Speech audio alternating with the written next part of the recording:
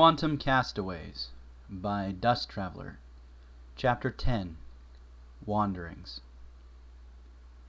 Twilight, I understand how excited you are about all this. I'm just as excited as you are.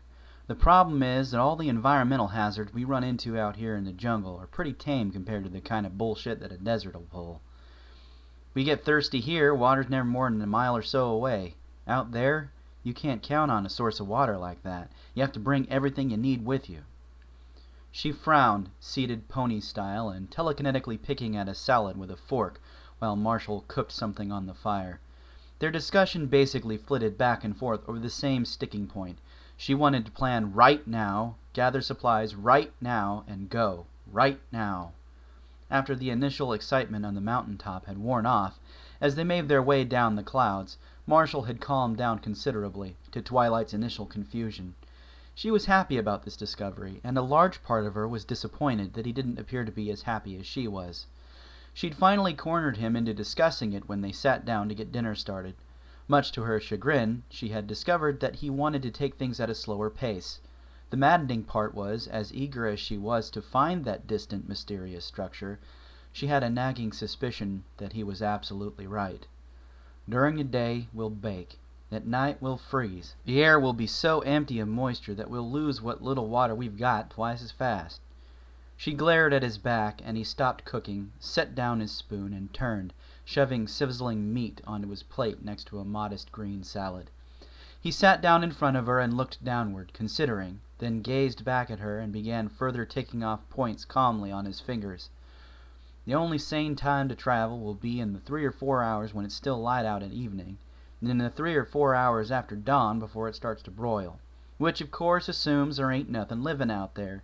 Seeing how diverse this damn island is, it wouldn't surprise me in the least. All the tricks and tips I've picked up living in the jungle won't mean squat out there. It might as well be another damn planet. He stared down at his plate, fiddling with his fork unhappily. There will be no landmarks to navigate by, no shade we don't make for ourselves, and if we get turned around or end up lost, we're boned. I've never been that far into the middle of the desert side of the island for a reason, Twilight. I'm crazy, but I ain't stupid. Hell, for all we know, whatever stuck us on this damn island put that building in the middle of bumfuck nowhere for exactly that reason. She sighed. I understand this stuff, Marshall. I really do, but as difficult as it's going to be, we have to do this. She cast a pleading gaze at him across the table as he added a little salt to his meal and then dug into his dinner. He met her gaze and smiled. I know that, Twi. I'm not advocating sitting with our thumbs up our asses when something is just sitting out there that could be the solution of this whole mess. What I'm trying to get across to you is that what we need is a cautious approach with plenty of contingency planning so that when, not if, when things go wrong, we can adapt. She chewed thoughtfully on her meal and swallowed, sighing. I know, I just... She gestured helplessly with a foreleg, in a gesture she picked up from Marshall that meant, as far as she could tell, helpless frustration. He gave her a look that was completely compassionate, for once not busting her metaphorical balls. Twilight, this is not the one time in your life to throw caution to the wind because you want to go home. I know how much you want to see your friends again, but... He sighed. Look, I've been on this island for 5 years. 5 years. I've had leads, promising leads, that turned out to be false. Nothing as promising as this one, mind you, but it has happened. You can't hang all your hopes on this panning out the way you want it to. We have no idea what the hell is out there, Twi. It might be ye old Acme teleportation complex that'll take us home lickety-split, and it might be a fucking trap designed to lure us in and do God knows what to us. Marshall picked at his food moodily, his expression thoughtful. If this island has taught us anything, it's that it doesn't give away anything for free. You've had to struggle and fight for every step of ground we take from it. I don't want you to put all your hopes on this one thing being some kind of magical cure-all and then be devastated when and if it doesn't work out. She scowled, about to retort in the face of what sounded like very unpleasant skepticism. It felt in that moment, at best, timidity, and at worst, complacency. She opened her mouth, caught his expression as he raised his gaze from his plate, and stilled, whatever angry retort she was going to say dying in her throat. Unborn. Marshall just stared back calmly. perfectly willing to let her vent on him and just as unmoved from his position. She forced herself to take a step back and consider this, to remember that this man had been through this before, and that from his own painfully learned lessons he was trying to help her, despite her insistence at being obstinate, antagonistic even. She looked down at her meal, momentarily ashamed for her lack of empathy in the face of his own obvious consideration. Finally, she looked up. "Okay, so what do we need?" He cocked his head slightly, considering. "First of all, the most important thing is water. Keeping it in us and having plenty on hand to replace what we lose." X-ray 0.00579er. X-ray 0.00579er I. Yankee negative 0.00234. Yankee negative 0.00234 I. Zulu negative 0.00578. Zulu negative 0.00578 I. Resetting display. Calibration error factor is 0. LVDTs have reset to neutral value. Values verified. Plotting now. Marshall leaned back from the display and turned with a creak of metal and canvas, watching as Twilight Sparkle plotted the coordinates on the makeshift whiteboard they had set up. Well, it couldn't exactly be called a whiteboard. For one, it wasn't white. It was really nothing more than a piece of canopy glass that had survived intact, installed with a white wooden backing for contrast and bolted to the cave wall. For a writing implement, she was using one of the ubiquitous black grease pencils you find in any cargo shipping operation. She had carefully drawn up a 3-axis grid coordinate system and was marking the position they'd called out. After this, she then extrapolated very quickly how much displacement from the neutral position this represented in space, then, with a complex understanding of expanding thaumic fields, a bit of advanced waveform algebra, and a little trigonometry, changed that into a ray trace of the direction of thaumic field expansion. Marshall was no slouch where complex math was concerned, but even still, he shook his head at this. Half of the symbols up there were gibberish to him. In fact, they sort of looked like what had resulted from the time, half out of his mind from lack of sleep after a 36-hour flight schedule, he'd forwarded one of his mission reports to his CO, after he'd accidentally changed the type font from Times New Roman to Wingdings. Needless to say, his CO had been very disappointed. Even after Marshall had valiantly tried to point out that as bad as Wingdings was, at least it wasn't Comic Sans. Still, loopy-ass characters aside, he could see the concentration and complex problem-solving involved. It was like watching a Stephen Hawking, an Albert Einstein, or a Richard Feynman at work, sans bongos, of course. Marshall would be the first to admit that Twilight Sparkle had a beautiful mind. She sat back on her haunches and examined her work for errors, telekinetically tucking the grease pencil behind her poor, notched ear. Marshall smirked when he realized she was getting a little black stain right there from the dirty grease pencil. She continued scanning her work, mouthing variables silently under her breath. Her eyes darted from equation to equation, then back to the top again for the 3rd time. Marshall was well acquainted enough with the scientific mindset, and Twilight more specifically, to know that if he didn't interrupt her, she'd be teasing and playing with that very limited set of data values all day. He cleared his throat and pointed at the board. "What's that symbol there? The one that kinda looks like a monkey fucking a coconut." She blinked, startled out of her math funk, then turned very slowly and glared at him. "That is the ancient unicorn glyph for Abba, which modern thaumaturgical studies recognizes as a symbol for the coefficient of thaumic fluctuation, and it does not look like that." He smirked. "The fact that you knew exactly what symbol I was referring to says a lot about what it looks like, Twi." "You were pointing at it!" "I was pointing generally in the direction of the board, and you weren't even looking at me when I did it. Come on, look at it. See the little feet?" Twilight snarled at him, turned back to the board to refute this, blinked, then cocked her head slightly. She squinted. Her eyes widened in horrified realization, then she scowled and rounded on him fiercely. Fat yellow sparks actually jumped from her mane. "Marshall! I can't unsee it! All of my hate!" He spun out of his chair and ran for the door, laughing, papers and grease pencils flying everywhere. Outraged unicorns being attracted to sudden movements from their erstwhile prey, Twilight Sparkle gave chase. "Get back here, you math defiler!" So, how exactly does the coefficient of monkey spunk relate to the coconut, Sparks? Ah! Marshall choked up his grip on the improvised bat and watched his opponent intensely. He dug his boot into the dirt and tensed, ready. 60 or so feet away, Twilight also stood resolute, her stance widened out a bit, all four hooves planted. She telekinetically picked up a rock and, biting her lip in concentration, changed it into a reasonable imitation of a baseball. She telekinetically held this overhead. Marshall's eyes narrowed. Twilight's eyes narrowed in answer. With a snap of sparks, Twilight sent the magically created baseball shrieking towards the improvised home plate. Marshall waited for his moment, then swung for the bleachers. The ball slammed into the raised hillock of dirt behind him, and he tossed the bat down, shaking his head in disgust. Son of a bitch. Got me again. I cannot hit that fucking curveball. She trotted up, grinning ecstatically. I told you. I've got this pitching thing down pat. Controlling high-speed vectors is one of my specialties. Well, I freely admit that I am beaten in this arena, Twilight Sparkle. You have bested me fairly. She looked up at him, an odd look on her face. Marshall, does baseball qualify as a sport? Marshall smirked. There are some people who would argue that case, but I ain't one of 'em, Spark. Sure, it's a sport. Why? She frowned. I've never been good at a sport before. I mean, I'm not exactly out of shape. I came in 5th place in the running of the leaves, but that was more due to following a book and pacing myself. I'm not sure how I feel about this. He reached over and mussed her mane fondly. Don't worry, Sparks. Just 'cause you found a sport you've got some natural talent at, doesn't mean you have to turn in your egghead ID card just yet. She snorted, rolling her eyes at this. Oh, good. I was really worried about that, since it nets me a discount whenever I shop for nerd gear and nerd accessories, she said dryly.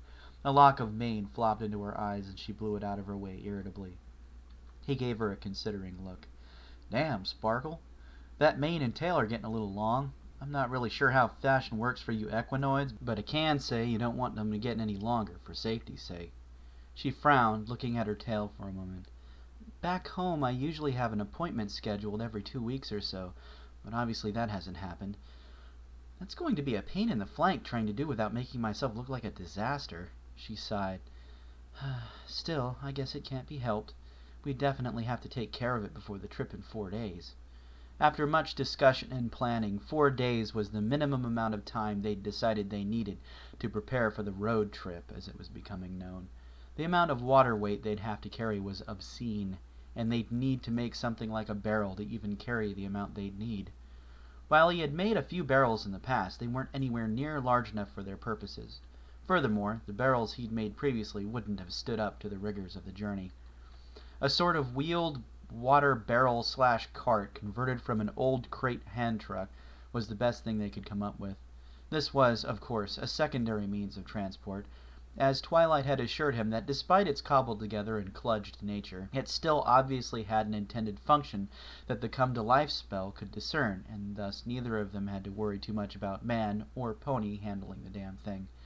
For that matter, if push came to shove, she could just telekinetically tote the silly thing, though that would be a lot more energy-intensive. Still doable, however, since they only planned to be traveling during the early morning and evening once they hit the desert.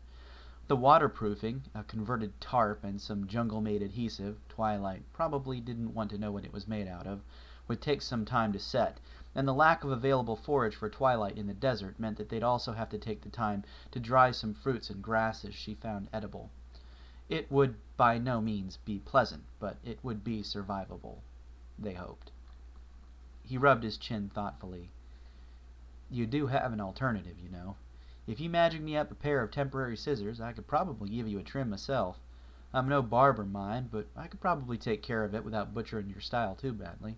At the very least, it'll be straighter than if you tried to do it yourself.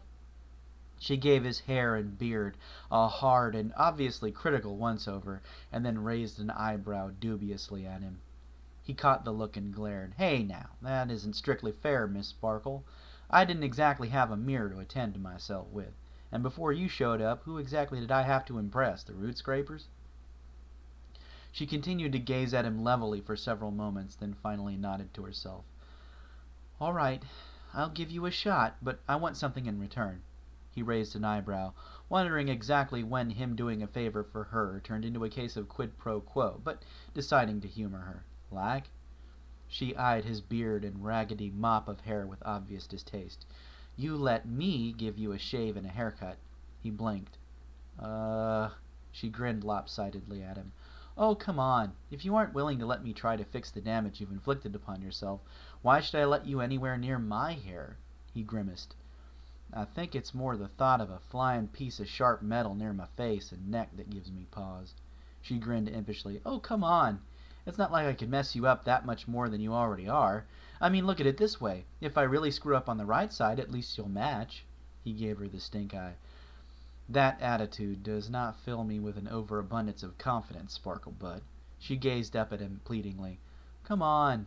You know how much control I have. It'd be easy. You know I'd never hurt you. He frowned. You never hurt me intentionally, Sparks. Still, I guess fair's fair. Before we head on to this crazy pilgrimage, I guess we'll wash up and do each other's hair. He clasped his hands together in front of his chest and batted his eyelashes at her.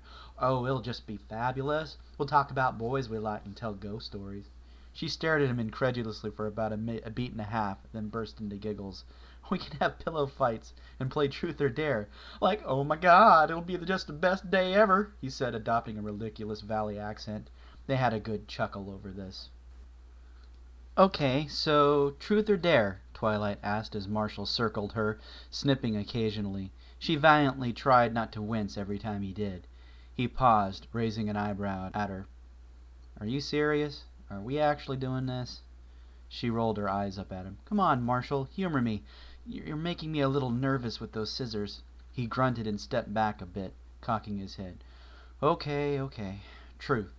She considered this for a moment, then looked at him thoughtfully. What does your call sign Rain Man mean? He grimaced at this. That's not exactly a clean story, Twi, but... He paused, considering, then snipped a couple more times at her mane. Still working, he began telling the story. So, the squadron I was attached to had a delivery in Busan, Korea, that left us a 3-day window before the next delivery. CEO gave everyone a 48-hour Liberty Pass.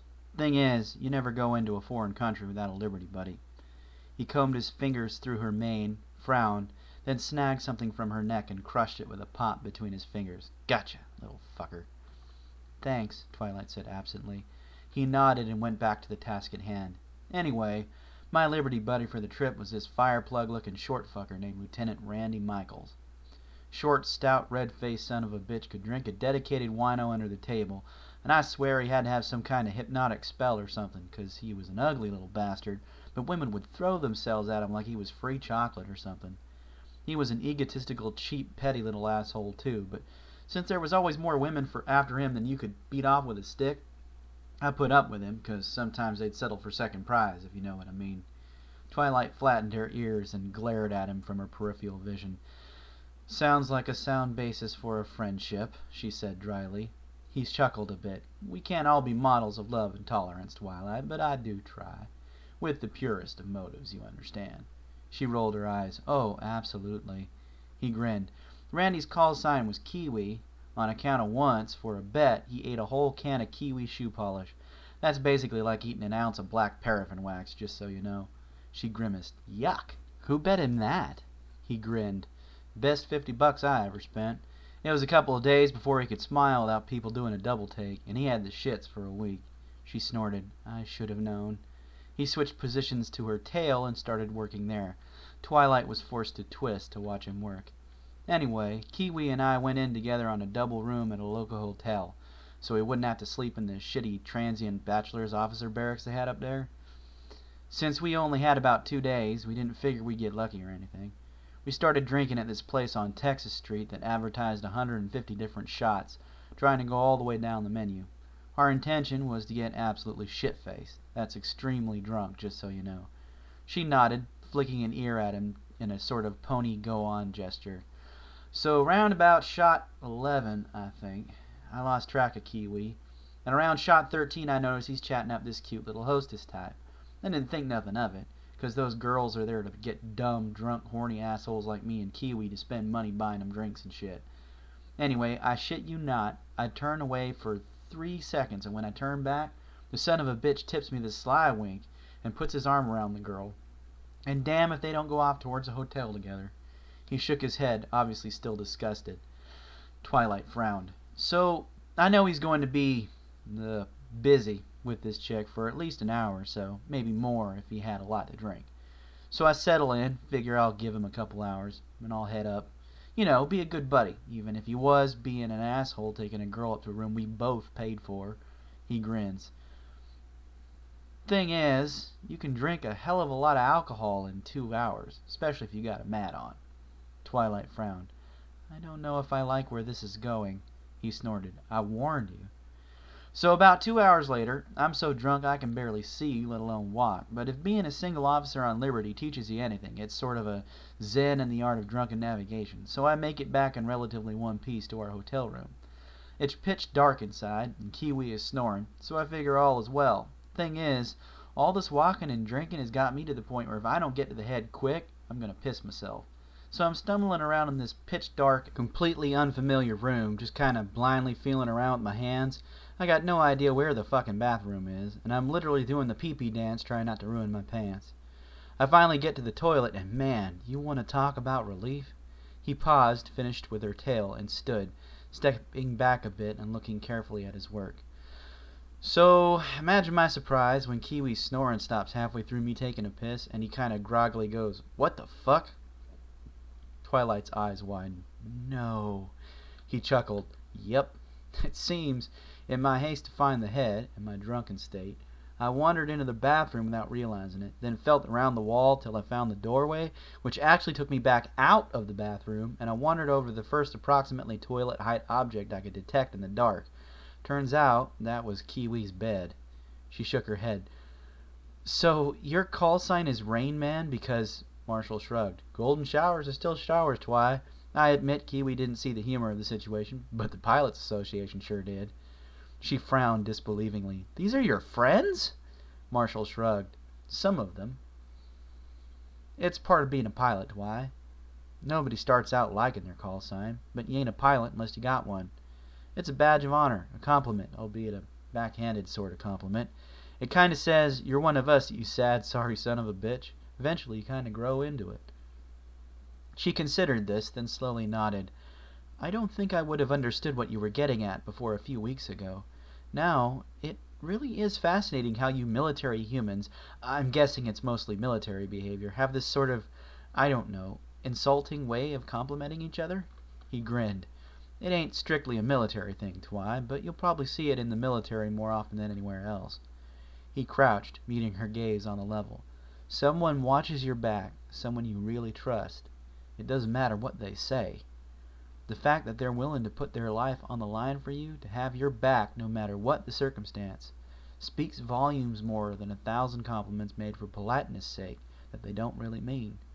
Plus, when one of us crude types gives you a genuine compliment, we fucking mean it. Twilight blinked at this, oddly touched by his sentiment. It really did make sense. And as she had said, she doubted she'd have understood that before this whole mess had started. What did that say about her? Twilight shook her head, clearing it, then gave him a questioning look. You done? He stood up, gave her a quick once-over, then nodded. Yep. Best magic yourself up a mirror so you can check. She did as he asked, and found that it didn't look half bad. Oh, it wasn't professional by any stretch of the imagination, but despite the conditions, he'd managed to give her a pretty dang good haircut. She nodded her satisfaction, and he grinned. Nice, he said, giving her a thumbs up. She grinned. Now it's your turn, monkey boy. His grin faded. He opened his mouth, caught her warning expression, sighed, and seated himself, giving her a resigned look. All right, let's get this over with. She transformed a rock into a surgical straight razor and tested the edge on a hair. Marshall watched this with a kind of horrified fascination. Telekinetically dual-wielding scissors and razor, she brought the flying bits of metal close to his face. He visibly started. Have you ever shaved anything before? He asked. Nope, she said happily. You maybe want to try on something less vital first, like a patch on my arm or something? Nope, she repeated. You know, with that mirror I can probably do this myself. Yeah, it's probably better if I... she said sternly. Quid pro quo, Marshall. I'm going to make you look amazing. Marshall rolled his eyes fearfully skyward. I need an adult, he said in a small voice. I am an adult, Twilight said happily. The grooming implements descended mercilessly. Marshall was both awed and terrified at the speed with which Twilight worked. Cutting his own hair had always been a convenient sort of gesture.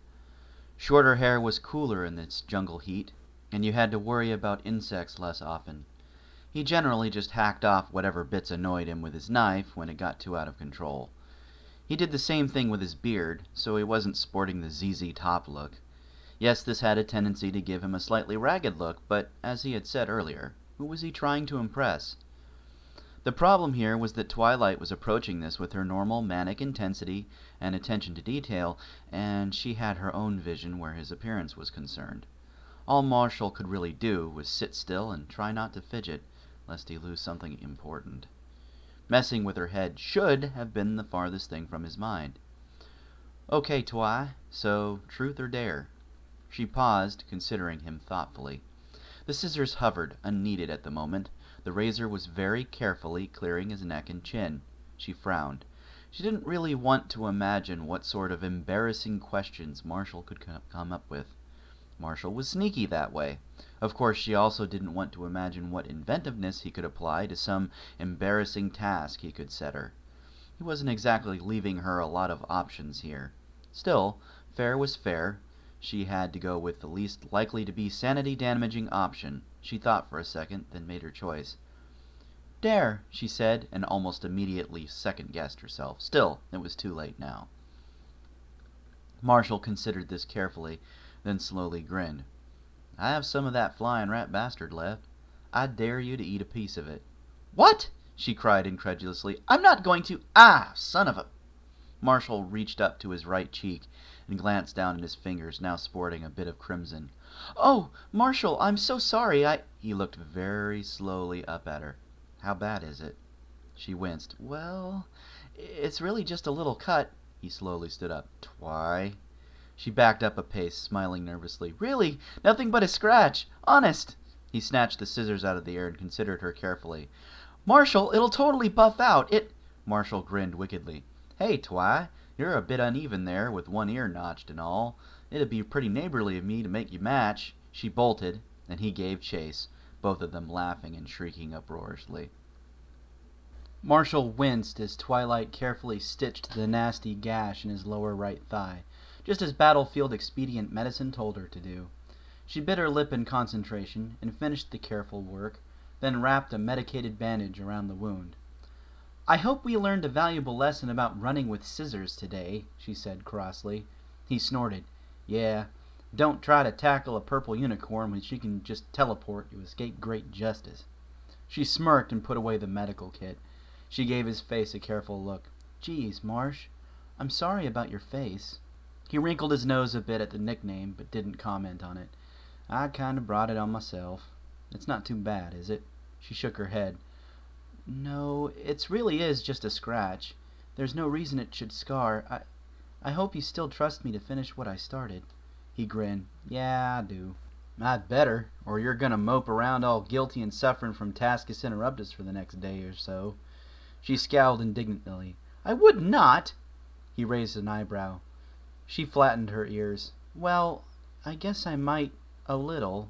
It's just, I know I can do it. I don't have Rarity's eye for fashion, but telekinesis is part of my thing. And I'm sorry, Marshall, but looking at you half-shaved like this is driving me batty. He shook his head and sat down. Okay, get it done. It took less than 5 minutes. She stepped back and sat on her haunches, considering him. He raised an eyebrow. Well? She smiled. It looks pretty nice. I mean, you actually have a face under all that. He chuckled at this, and her smile turned into a pleased grin. He really did look nicer without all that hair. She'd trimmed his hair back evenly to just under shoulder length, and kept the bangs relatively short. Marshall had one of those manes that had a tendency to curl up when it was too long, but shorter like this, it was relatively straight, which did a world of good towards making him look less scruffy. He was clean-shaven at the moment, and it suited him. Oh, it had its awkward aspects. For one thing, humans apparently darkened when exposed to sunlight over time, and the areas previously covered by his beard were startlingly pale and white compared to the tan parts of his face. The scar on his left cheek was bad, but it was an old scar, mostly pale against his tan cheek, and disappearing completely into the pale skin of his jawline at this point. It wasn't an equestrian face, but she was finding it difficult to picture Marshall as a pony, and there was a certain pleasing symmetry to it. It was a strong face, an expressive face. She blinked and shook herself, then stood up and transfigured the razor back into a rock. Then she transfigured it into a small mirror. "I think that about does it, Marshall. You want to look?" He grabbed the mirror and looked at himself, fingering his chin and turning his face this way and that to get a glimpse of his own profile. A strange look crossed his face, an odd, bemused, far-away sort of glance. He hesitantly touched the scar on his cheek, tracing its length. He blinked a little, then handed the mirror back to her, a small, slightly wistful smile on his face. "Thanks, Barks. It looks good." She smiled gently back at him. "It doesn't look all that bad, you know, Marshall. The scar, I mean." He blinked, then smirked. "You mean it hardly detracts from the rest of the train wreck I'm sporting, yeah?" She frowned. "No, I'm serious. Don't talk about yourself like that, Marsh. I don't think I could imagine you without it. Well, it's a part of you." He stared at her for a moment, then shrugged. "If you say so, Sparks. I'm not winning any beauty contests, is all I mean. I guess I got the kind of look that grows on you, huh?" She grinned. "Yeah, like a fungus." He chuckled. "Hey now, I told you what you have to do if you got hoof rot. All you gotta do is piss on it for a few days and it'll clear right up." She shook her head. "Yeah, you'd like that, wouldn't you? Judging from your call sign, I think water sports are right up your alley." He winced. "Oh, ouch. Your rapier wit is matched only by the sharpness of your razor." He fingered the tiny cut on his cheek. She grinned, enjoying the byplay. "Touché." He gave her a deep, flourishing bow, and they both chuckled. The day of their departure got off to an unpleasant start. It was absolutely pissing rain, and both of them were carrying about half again as much gear as they normally would. It is an unpleasant experience to be both wet and sweaty. Twilight could tell from Marshall's gait that the wound in his leg was sore, but he insisted that he'd be fine once they got moving, and Twilight was eager enough to be off to take his word for it. The water trolley, newly enchanted with the come-to-life spell, trundled merrily along behind them like an eager puppy, the only member of their little band whose spirits weren't a bit dampened by the ugly weather. Despite its unauspicious beginning, the jungle leg of the trip wasn't too terribly difficult. The two of them had a system in the jungle, and the month or so of constant vigilance had tempered Twilight into a razor awareness of her surroundings. In fact, if either of them was having problems, it was actually Marshall. It took all of an hour to figure out that his injury from yesterday was bothering him more than he cared to admit. Despite her sharp desire to find that distant building, she began to feel a pang of worry for her stubborn human companion. They had decided to swing towards the mountain to get a better trajectory when they made their stab out into the desert. Having no real way to navigate towards the distant object, they were going to have to rely on luck and careful scouting to find it before their dwindling supplies of water forced them back. When they stopped for the evening, Twilight checked the wound to find that it had bled a little, but the stitches had held. In her very limited medical opinion, they probably should have waited another couple days before attempting this, but Marshall had been insistent. She replaced the bandage and tried not to feel guilty. It was her enthusiasm that was making him push himself, and she knew it. Yet, even despite knowing this, she couldn't stop the quivery, excited feeling in her chest at the thought of unlocking more of this enigmatic island's secrets. Finally came the day when they reached the edge of the jungle territory. Marshall called an early stop, and she gazed in awe and no small amount of trepidation at the cracked, desolate landscape ahead of them. Twilight glanced down at the odd, rocky shelf underhoof that extended about 10 feet from the edge of the jungle to the beginnings of the jungle itself. She looked left and right, and the broken, uneven outcropping of rock extended as far as she could see, forming an unnatural buried bowl that held the desert as its contents. Marshall nodded. "It extends, as far as I can tell, all the way around the desert. Kind of like the box part of a sandbox. I never noticed it during, the first couple days. Had too much else on my mind." She frowned. "So, what now? He removed his pack from his back and checked the ground carefully before sitting on a handy fallen log. "It's the wrong time of day to start our trek just yet, Sparks. It's getting too dark for safe travel, and it's probably a good idea to start our routine early so we can get used to it. Sleep the night till dawn, then travel 4 hours or so till it starts to get too hot. Set up our shade, lounge around, maybe catch a nap if we can, stay hydrated, then start up again when it gets cooler in the evening. Travel another 4 hours or so until it starts to get too dark to see, set up our windbreak and hammock, then sleep till dawn. Rinse and repeat." She frowned. "It still sounds awfully inefficient." He grinned. "Oh, sure, you think that now. Wait till we're good and stuck in. You'll be glad you've got me around then." "Well, I'm glad I've got you around now. I'm just a bit skeptical is all," she grumbled. He smirked. "Well, you don't have to take it completely on faith, Twy. Desert survival was hammered pretty hard into us at Sear School. They weren't dumb, and they knew where it was we were most likely going to be crash-landed." She frowned, still somewhat dubious, but decided that she'd reserve judgment. Marshall had never steered her wrong where survival was concerned yet. They settled in, and before too long had a small campfire merrily popping along. The conversation turned to a favorite topic of theirs, that being the many differences between human and pony culture. Marshall was finding it pretty hard to stomach some of her claims. "It just doesn't make any sense, Twy. A bunch of strangers don't just burst into coordinated song and dance routines. That kind of stuff takes practice. You start dancing and singing in the streets, and people are as likely to look at you like you're a nutball as not." She stomped a hoof. "I'm telling you, it happens all the time. A pony starts singing something that means a lot to them, something from their heart, and it touches all the ponies around them. It's part of what ponies are. It's magic." He grimaced. "It's a load of bullshit is what it is." She scowled. "Marshall, I'm telling you, it happens. Don't humans have music? Songs that matter to them?" He narrowed his eyes at her. "Of course we do. Hell, one of the things I miss most is my music collection. I had over 60 gigabytes of music. That's like over 10,000 songs. No, I'm not going to go into detail about how, Twy. The fact of the matter is that spontaneous musical numbers just don't friggin' happen on Earth." She frowned back at him, her expression somewhat saddened. "But can't you think of anything appropriate? Something that means something to you right now? Something from the heart?" He blinked, then gazed at her incredulously. Are you asking me to sing?" She frowned, then nodded. "Yes. I know you're capable of it, so sing something. Something that really matters to you right now. I'll prove it to you." He crossed his arms. "I ain't a pony. What's it gonna prove?" She sighed. "It might not work, and if it doesn't, you haven't lost anything, and I get to hear a human song. If it does, I prove my point.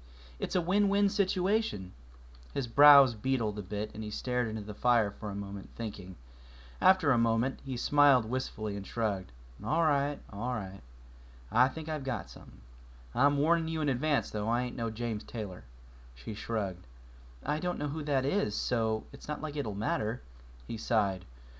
"Okay, give me a second to remember the words." She shook her head. "Just feel it, Marsh. You have to feel it." He scowled. "Okay, Yoda, give me a second." He cleared his throat, closed his eyes, then began, tentatively at first, but with more feeling as he continued. "There is a young cowboy who lives on the range. His horse and his cattle are his only companions. He works in the saddle and he sleeps in the canyons, waiting for summer his pastures to change." She didn't think it was going to work at first. Then she closed her eyes and listened with her heart instead, and it was there, pure and strong and large as life. She opened her eyes and joined him. Her heart knew the words. A ghostly sort of accompaniment took up. Marshall looked spooked, but only for a second. Then he, too, was caught up in it. Harmony. As the moon rises, he sits by his fire, thinking about women and glasses of beer, closing his eyes as the doggies retire. He sings out a song which is soft but it's clear, as if maybe someone could hear. Good night, you moonlight ladies, rock-a-bye, sweet baby James. Deep greens and blues are the colors I choose. Won't you let me go down in my dreams and rock-a-bye, sweet baby James. It felt good. So good, deep inside. It was like a glimpse of home. Tears formed in her eyes. This alien song, so different, and yet so fundamentally a part of her. She gazed over at him across the flickering fire, and she could see that his eyes were glistening with it too. Now the 1st of December was covered with snow. So was the turnpike from Stockbridge to Boston. Lord, the Berkshires seemed dreamlike on account of that frosting. With 10 miles behind me, 10,000 more to go. The unfamiliar words slipped out of her like the tears, the haunting, quiet melody rising peacefully into the night sky like the embers dancing from the fire, flickering and fading easily into the good night.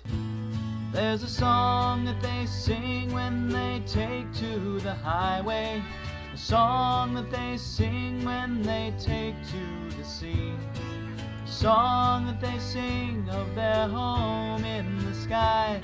Maybe you can believe it if it helps you to sleep, but singing works just fine for me. So good night, you moonlight ladies, rock-a-bye, sweet baby James. Deep greens and blues are the colors I choose. Won't you let me go down in my dreams and rock-a-bye, sweet baby James.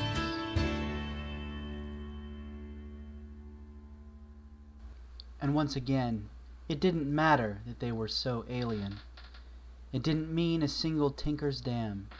That song encapsulated what they were both feeling at that exact moment in time, showed that for all their superficial differences, for all of their petty dissimilarities, they were alike in the places where it really, really mattered. There was no need for words after that.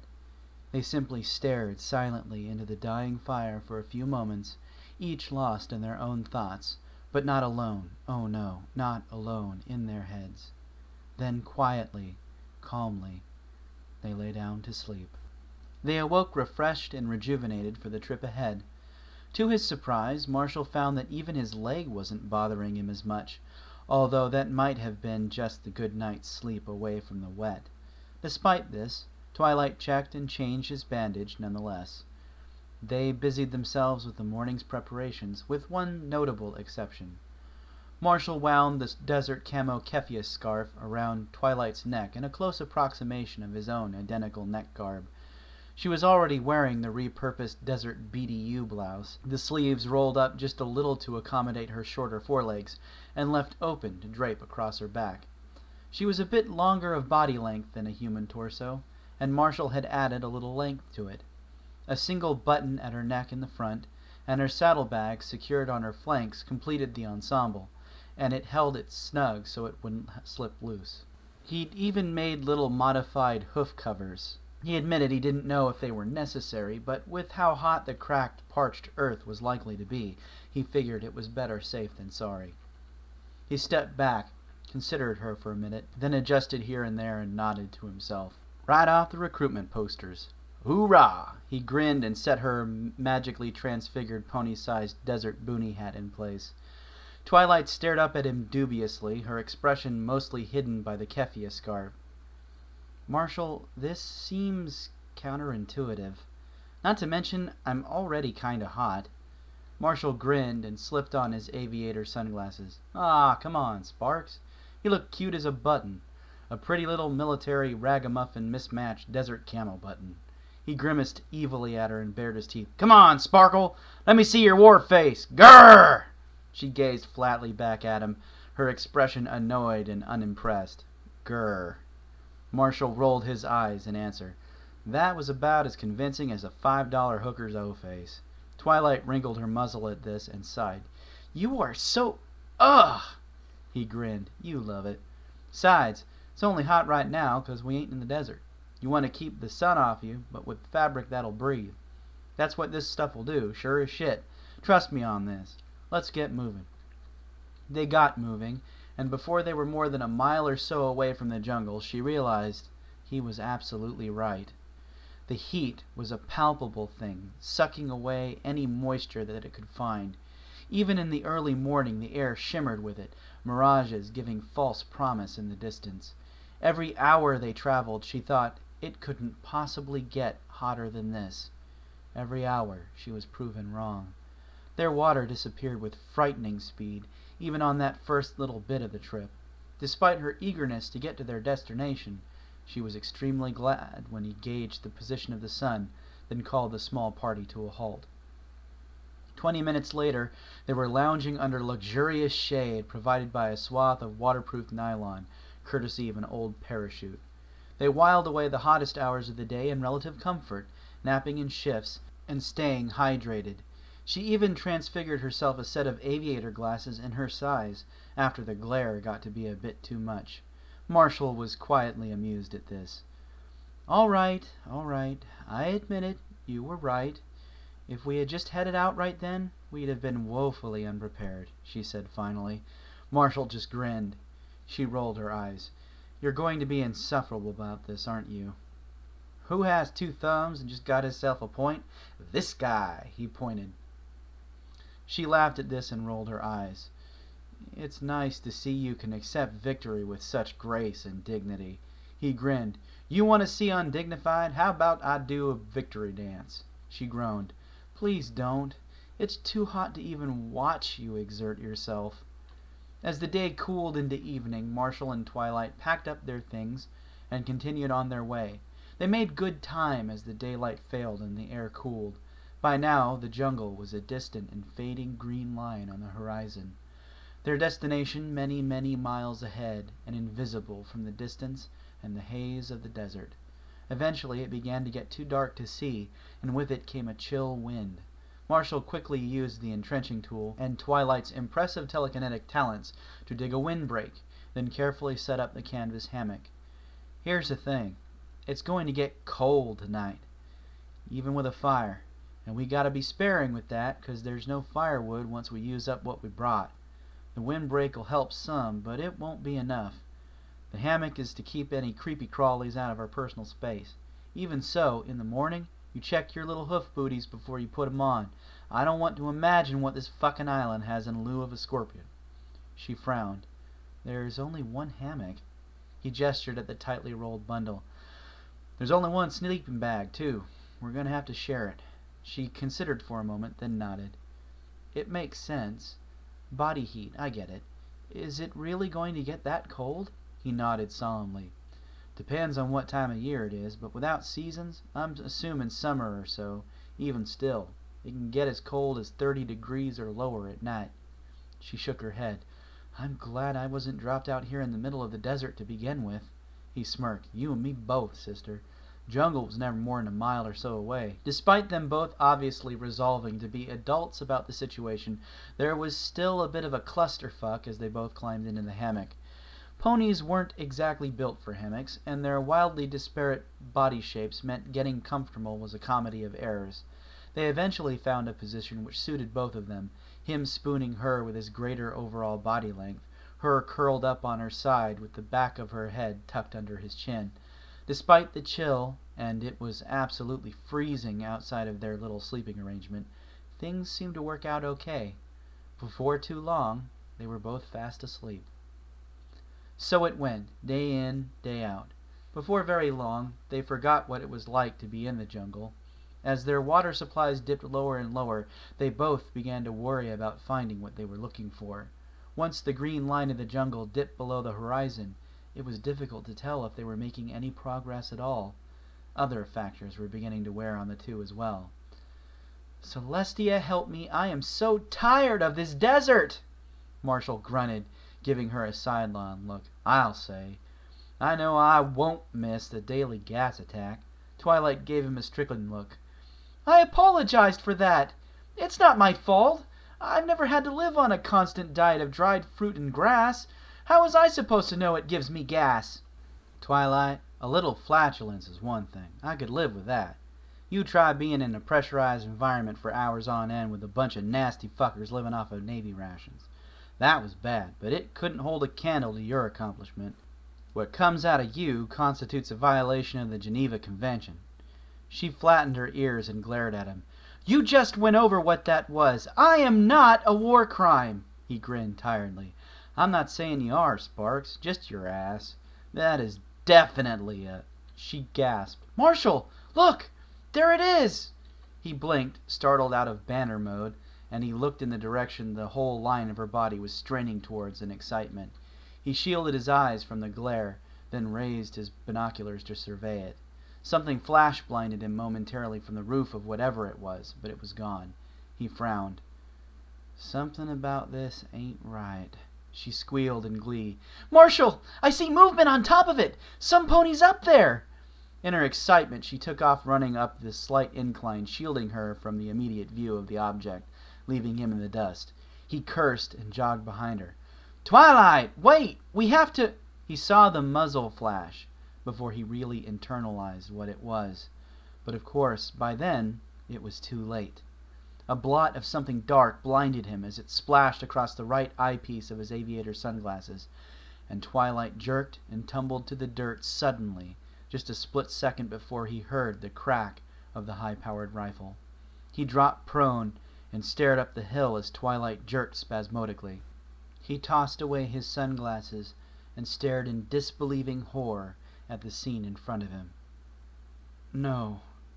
He scrambled up the hill and desperately grabbed one of Twilight's jerking hind legs, just as the second shot sent up a spray of sand inches from Twilight's thrashing head.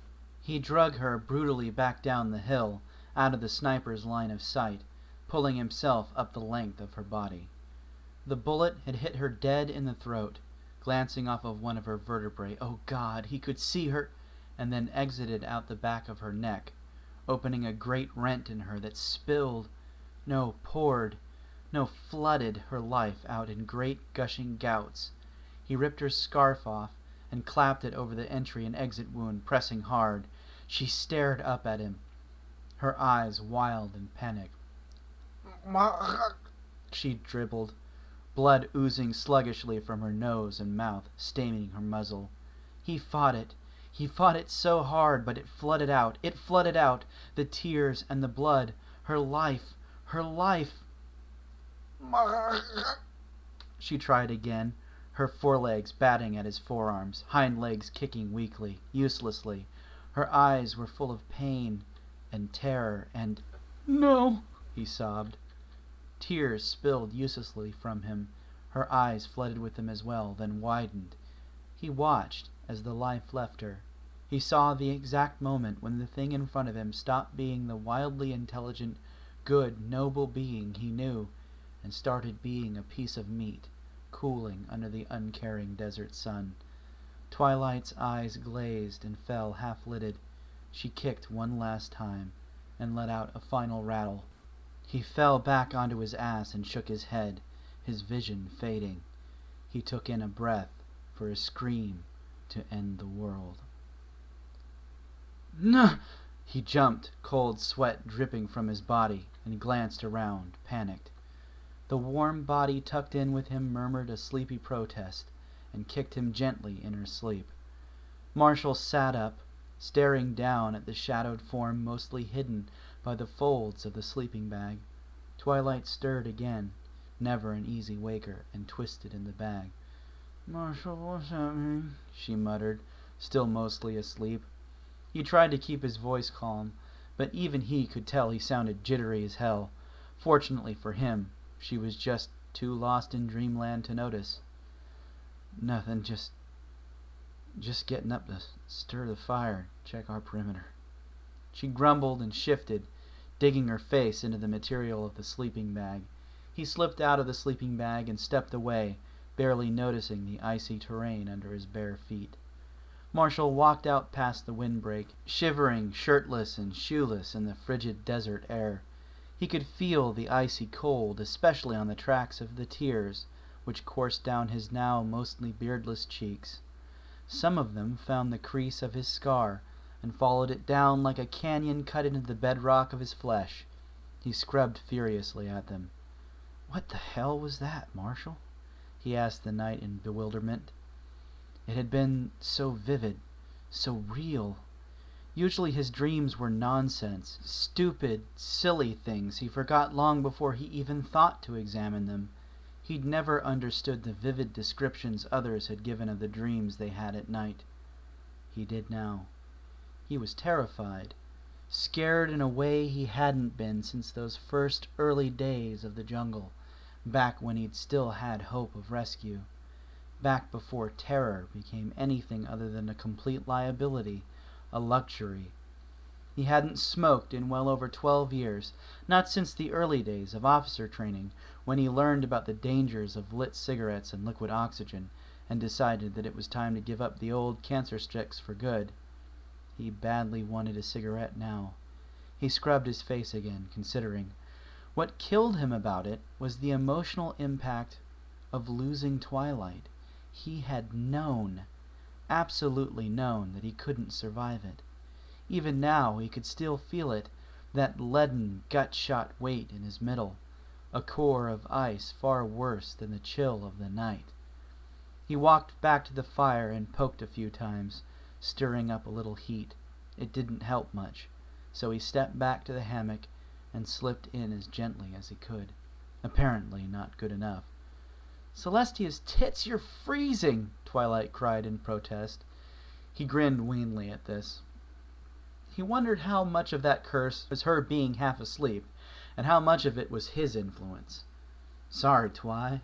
Us humans apparently don't retain heat as good as you ponies do. Probably 'cause you're denser than we are." She grumped at this. "Are you calling me dense? 'Cause if you are, I gotta tell you, you aren't equipped to match wits with me, monkey boy, even when I'm half asleep." She twisted and burrowed her muzzle into his neck, as though hiding her face there from the cold. It wasn't ideal.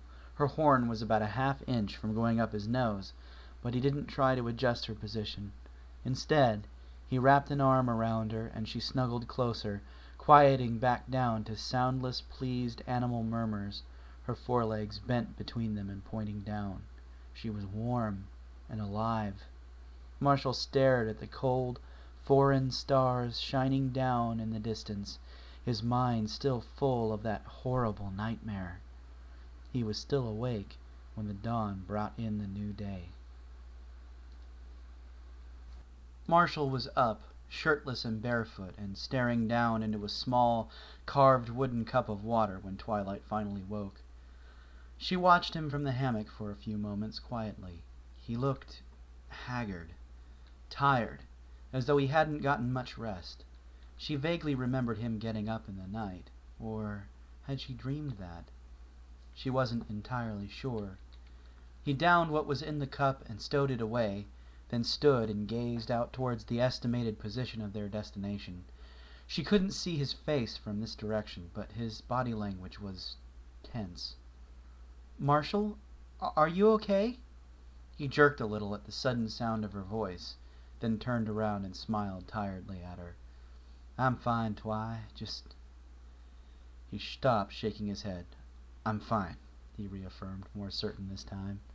He walked over to his boots and carefully upended one of them, firmly slapping the heel. To her surprise, something small and black and vicious-looking dropped out of it onto the ground and scuttled towards him. He brought the heel of the boot down on it like a hammer, smashing it against the earth. He shook his head. "And that's why we check our boots in the morning," he said. She sighed. "Did you have to kill it? It didn't mean you any harm." He shrugged. "It's really harmless now. Plus, you saw it. Little bastard tried to ambush me. It was self-defense." She shook her head at him and sighed. Still, she checked all of her booties before she put them on, carefully. Within 10 minutes they were on their way, with no variation of landscape or landmark to walk towards. Within an hour the heat was rising quickly, and the distance became hazy. The only sound was the squeaking and creaking of the water trolley, Marshall's boots, and her muffled hoofbeats. She shook her head. "It's crazy. I know we're moving, but it doesn't feel like we're making any progress at all." He continued a few steps more, considering what she said. At first she thought he wasn't going to answer her. Maybe he wasn't in the mood for conversation, but he finally did. "In the jungle, there are always landmarks to give you an idea of how far you're moving. The terrain is wildly varied, so it's easy to mark your progress if you know how. Out here, it's just one big wasteland. You lose your way, you are in for a world of pain." She frowned. "Marshall, is your leg bothering you?" He shook his head. "Nope, I'm just tired, Twilight. I didn't sleep very well last night." She frowned, opened her mouth, then closed it. Finally she asked, "Was it because of me? Did I—" He glanced at her. She couldn't really tell what he was thinking, because between the scarf, the boonie hat, and the sunglasses, the only thing visible was his nose. No, it was fine last night. I guess I just had a lot on my mind. Kept going over the same thing in my head again and again." "Don't worry, Twi. I can keep up." She frowned. "Marshall, I'm not worried about that. I'm worried about you." He sighed. "I told you, Sparks, I'm fine." His tone suggested that the subject was closed. She shook her head, a little irritated, but aware that if he didn't want to talk about it, prying it out of him would be like trying to hide a cupcake from Pinkie Pie. She let the matter drop, and they continued on in silence. At their midday break he set up the shade, drank the requisite amount of water necessary, and very deliberately lay down, using his pack as a pillow, and pulled his hat down over his eyes.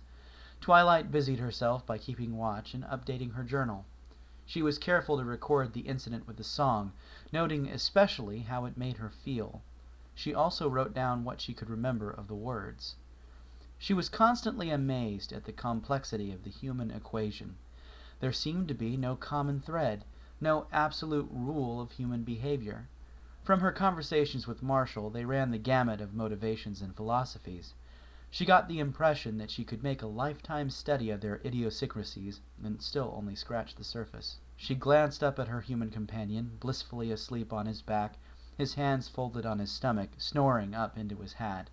She found he usually did that when he slept on his back. She smiled at him, amazed at how familiar he was to her now. The sun beat down overhead, but the shade provided by their makeshift shelter kept the worst of it off. This whole desert thing was turning into far more of an ordeal than she could have imagined from the outset. She'd been so skeptical at first. Once again Marshall had pulled through, reining in, well, tempering her occasional dangerous enthusiasm. He had put so much work into this trip, trying to make it as safe as possible. Was it really any wonder he was exhausted? She frowned, mulling over this little bit of data in her head. Had she been overly short with him? She had a sneaking suspicion that she had. Worse, she realized, it probably didn't help his exhausted mental state. Maybe he didn't want to talk about it because she was the problem. A sudden snort from Marshall interrupted her train of thought, and she glanced at him, her ears flat, but he simply resumed his snoring. She shook her head.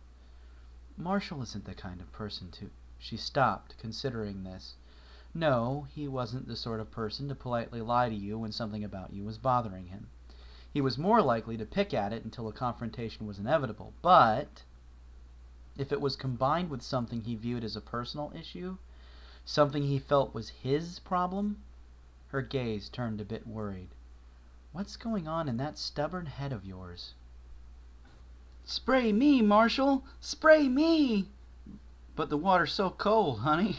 Look how much Jessica's nipples are standing out in her t-shirt." "Oh, I see the problem. All right, girls, remove your shirts." "Nice.